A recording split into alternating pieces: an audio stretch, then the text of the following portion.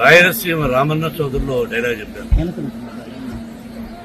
నిన్న జరిగింది మర్చిపోను, నేడు జరగాల్సింది వాయిదా వేయను, రేపటి గురించి ఆలోచించను.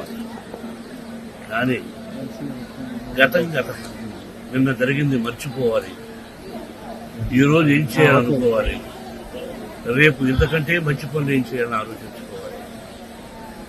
సంక్రాంతి శుభాకాంక్షలు. నన్ను అడిగితే మా గురువు దాసనారాయణ గారు చెప్పినట్టు, అన్నయ్య చెప్పినట్టు, నందమూరి తారక రామారావు గారు, అంటే మనం చేస్తున్న వృత్తి సినిమా రంగం. మనం సినిమా ఫినిష్ చేసి రిలీజ్ చేస్తాం.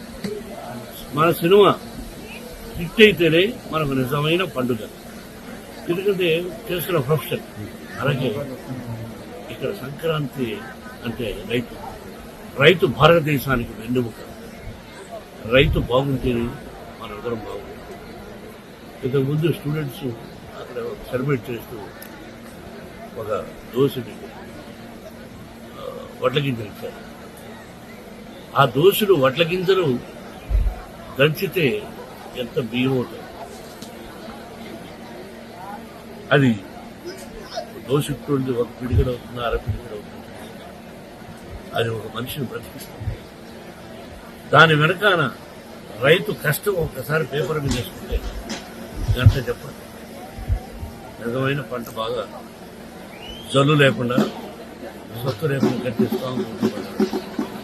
కాబట్టి రైతు భారతదేశానికి వెన్నెముక. ఇది మనందరికీ పండుగ, సంక్రాంతి పండుగ. సంక్రాంతి లక్ష్మి అందరి ఇళ్లలోకి వచ్చి అందరూ సుఖ సంతోషాలతో సౌభాగ్యంగా 100 సంవత్సరాలు క్షేమంగా ఉండాలని, కరువు కాటకాలు రాకూడదని ఆ షిరిడి సాయినాథని ప్రకృతిని